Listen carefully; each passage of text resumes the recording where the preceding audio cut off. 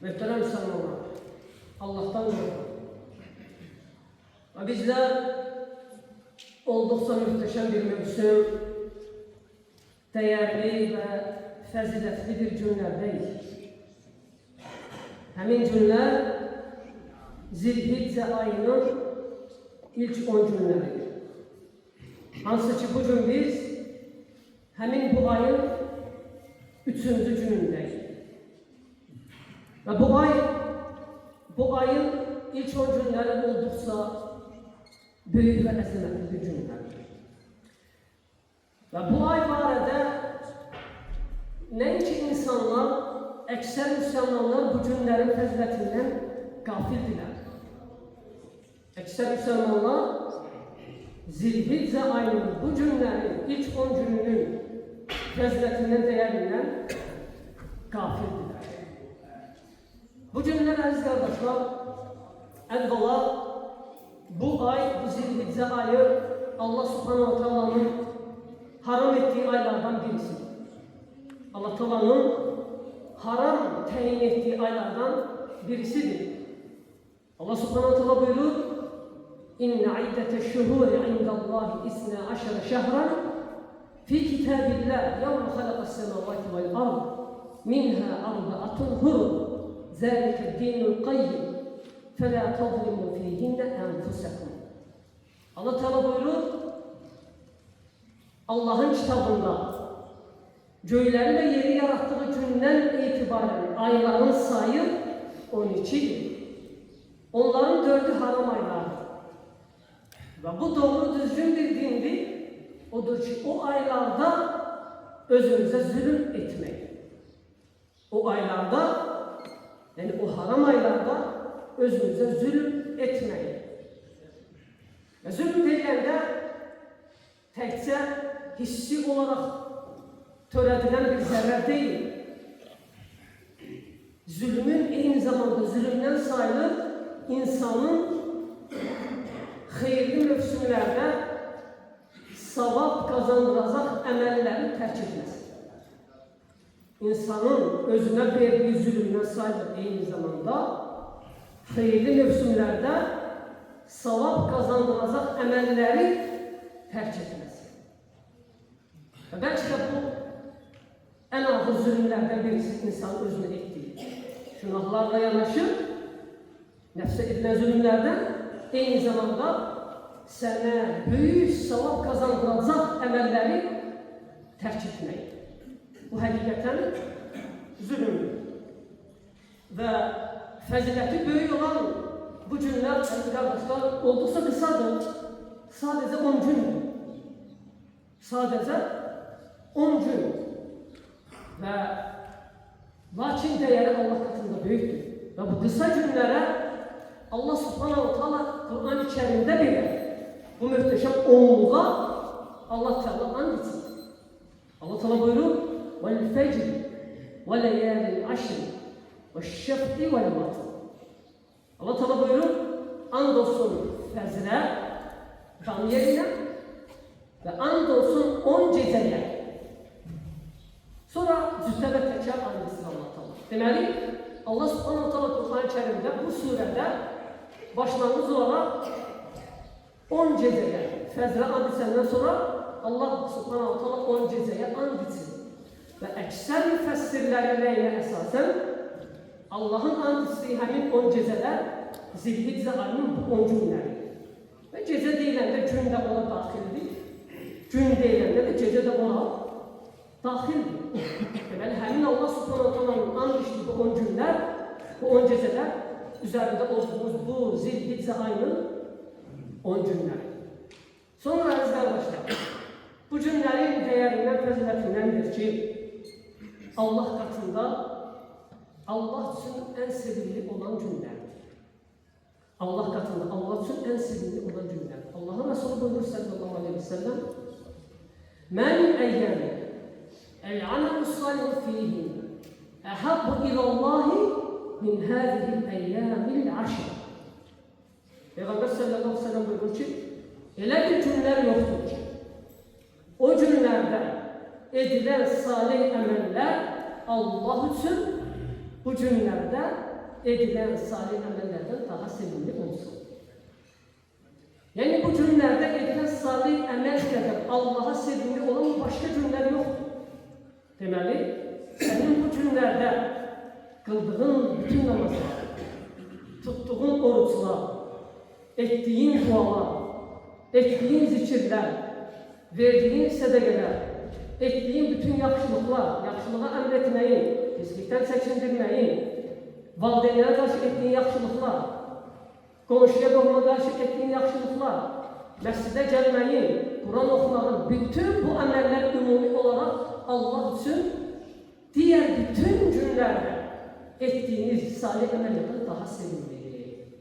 Bütün günlərdə diqqətli olun, hətta Ramazan günlərində etdiyiniz əməllərdən də daha sevimlidir. Sadəcə Ramazanın son 10 gecəsi istisna olmaqla. Sadəcə Ramazanın son 10 gecəsi istisna olmaqla. Bu günlərdə etdiyiniz salih əməllər bütün digər günlərdən daha üstündür, yəni daha sevimlidir Allaha. Allaha daha sevimlidir. Və elə buna görə də Allah Resulü sallallahu aleyhi ve sellem sahabeləri soruşdular, Peyğəmbər sallallahu aleyhi ve sellem bir əyyəm el-aməl salih fihinə əhəbbu ilallahi min həzil əyyəm nəşr fəqalu ya Resulallah və lə cihadu fi səbilillah قال ولا الجهاد في سبيل الله إلا رجل خرج بنفسه وماله فلم يرجع من ذلك بشيء. Allah Resulü sallallahu aleyhi ve sellem deyəndə ki, bu günlərdə edilən salih əməllər Allah üçün başqa bir günlərdə edilən salih əməllərdən daha sevimlidir.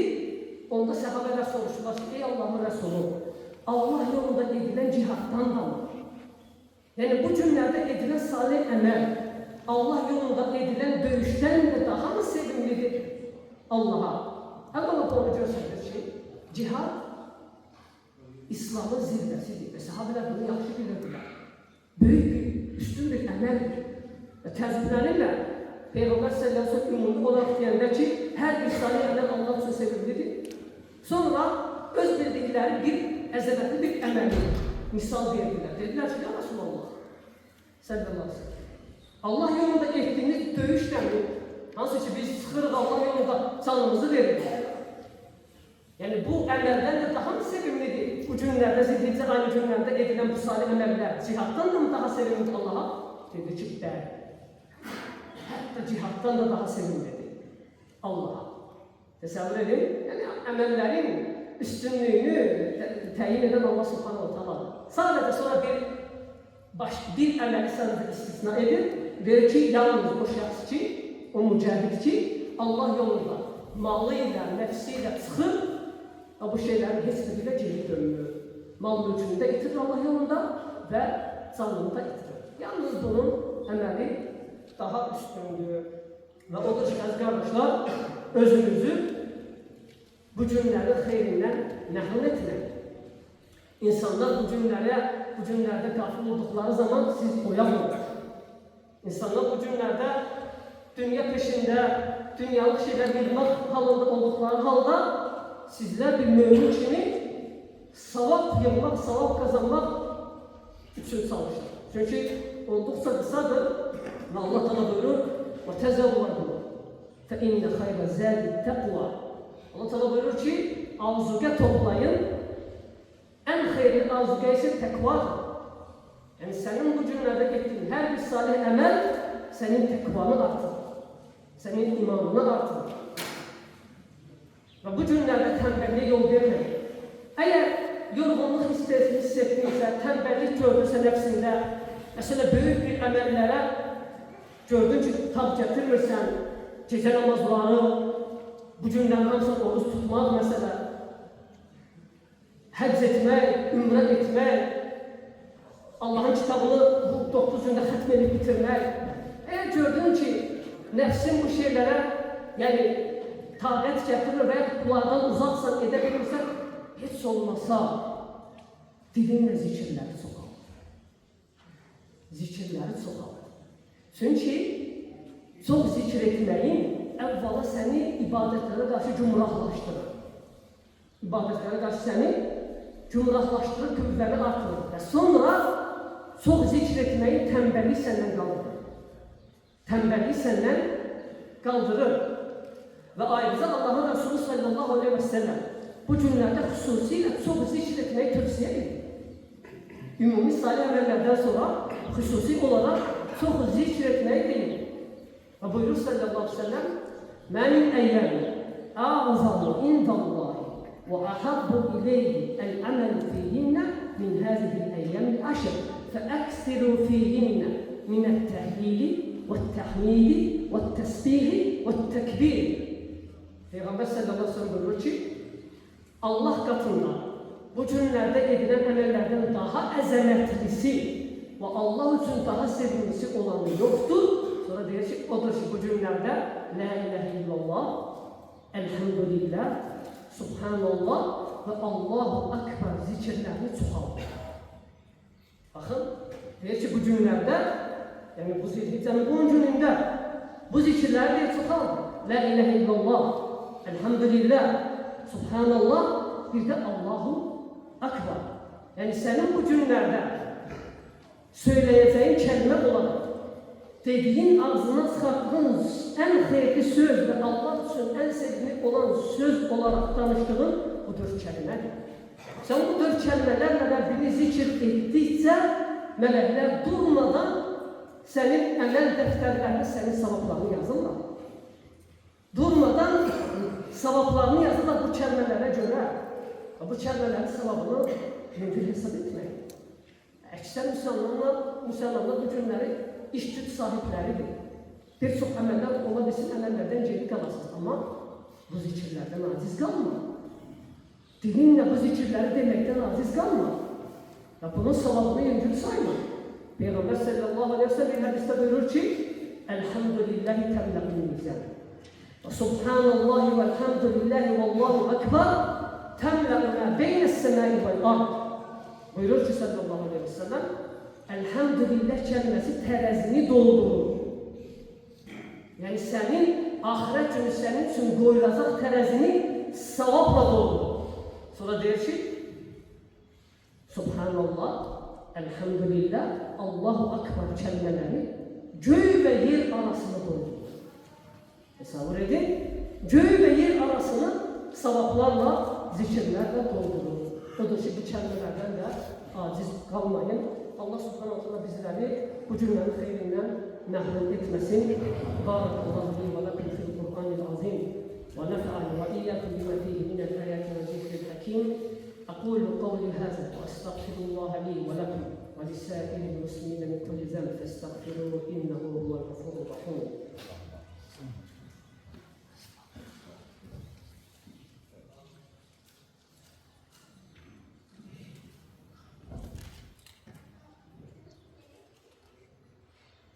الحمد لله حمدا كثيرا طيبا مباركا فيه كما يحب ربنا ويرضى واشهد ان لا اله الا الله وحده لا شريك له واشهد ان محمدا عبده ورسوله اللهم صل على محمد وعلى ال محمد كما صليت على ابراهيم وعلى ال ابراهيم انك حميد مجيد اللهم بارك على محمد وعلى ال محمد كما باركت على ابراهيم وعلى ال ابراهيم انك حميد مجيد. Sonra aziz kardeşler, bu şerefli günlerde önümüzde daha da şerefli başka günler var. O da evvelisi o günlerden, önümüzde olan günlerden Arafa günü. Arafa günü. Arafa günü 4. gün. Yani İyun ayının 5'i. İyun ayının 5'i 4. gün Arafa günü. Arafa günü aziz kardeşler, oldukça büyük bir gün. Arafa günü Allah subhanahu wa ta'ala'nın dini kamil ettiği bir gün. Arafa günü Allah için oldukça aziz bir gün. Arafa günü Allah'ın Arafa düzünde duranlarla melekleri yanında övündüğü bir gün. Arafa günü Allah'ın oradaki kullarına yakın olduğu bir gün. Arafa günü Allah'ın oddan en çok azat ettiği bir gün. Arafa günü duaların kabul olduğu bir gün. Ve Arafa günü tutulan oruç 2 illik günahlar kefaret. Allah Resulü buyuruyor sallallahu aleyhi ve sellem, Der ki, inni əhtəsibu siyam-ı yevmil arafa, inni əhtəsibu aləllahi ən yukəffira sənətəlləti qabləhu və sənətəlləti ba'dahu. Buyurur ki sallallahu aleyhi ve sellem, Arafa gününün orucu Allah'tan istəyirəm ki, ümid edirəm ki, bir il keçmiş və bir il gələcək günahları bağışlayır. Və Arafa gününün bu orucunu qaçırmayınız qardaşlar. 4-cü gün, iyun ayının 5-i, 2 illik günahlara kəffarə. Sonra dərhal o günün ardınca başqa bir böyük bir əzəmətli gün gəlir. O da Qurban günü. Qurban bayramı günü. Hansı ki bu Qurban bayramı günü cümə günü, iyun ayının 6-sı. İyun ayının 6-sı cümə günü, həftənin ən əzəmətli günü olan cümə günü ilə ilin ən əzəmətli günü olan Qurban bayramı günü üst-üstədir. Və Qurban günü də olduqca böyük bir əzəmətli gündür.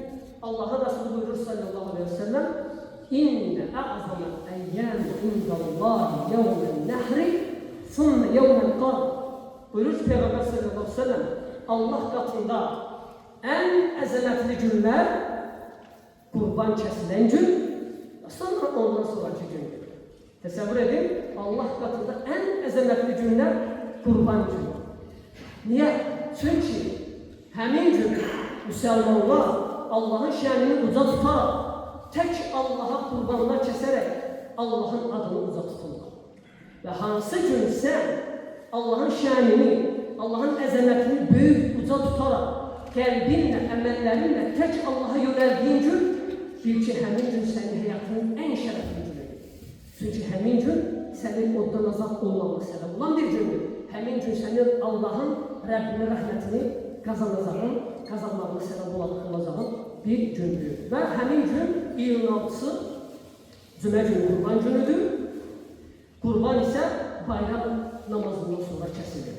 Bayram namazından sonra qurbanlar kəsilir və 3 gün ondan sonra da hansı Qurban günü, bu günlərin hamısında qurbanlar kəsilir. Və Allah subhanahu wa ta'ala bizləri bu günlərin xeyrindən, fəzilətindən məhrum etməsin. Allah subhanahu wa ta'ala bizləri bu günlərdə salih əməllərə müvəffəq etsin. Allah azze ve celle bizləri qafil olanlardan etmesin. Allah subhanahu wa ta'ala müminlərə yardım olsun. Allah subhanahu wa ta'ala xəstə müsəlmanlara şəfa versin. Allah azze ve celle dünyasını dəyişən bütün müminlərə Allah subhanahu wa ta'ala rəhm etsin. İbadallah, innallah ya'muru bil adli vel ihsan ve ita'i zil qurba ve yenha anil fahşai vel munkari vel baghi يعظكم لعلكم تذكرون واذكروا الله يذكركم واشكروه على نعمه يزدكم ولذكر الله اكبر والله يعلم ما تصنعون.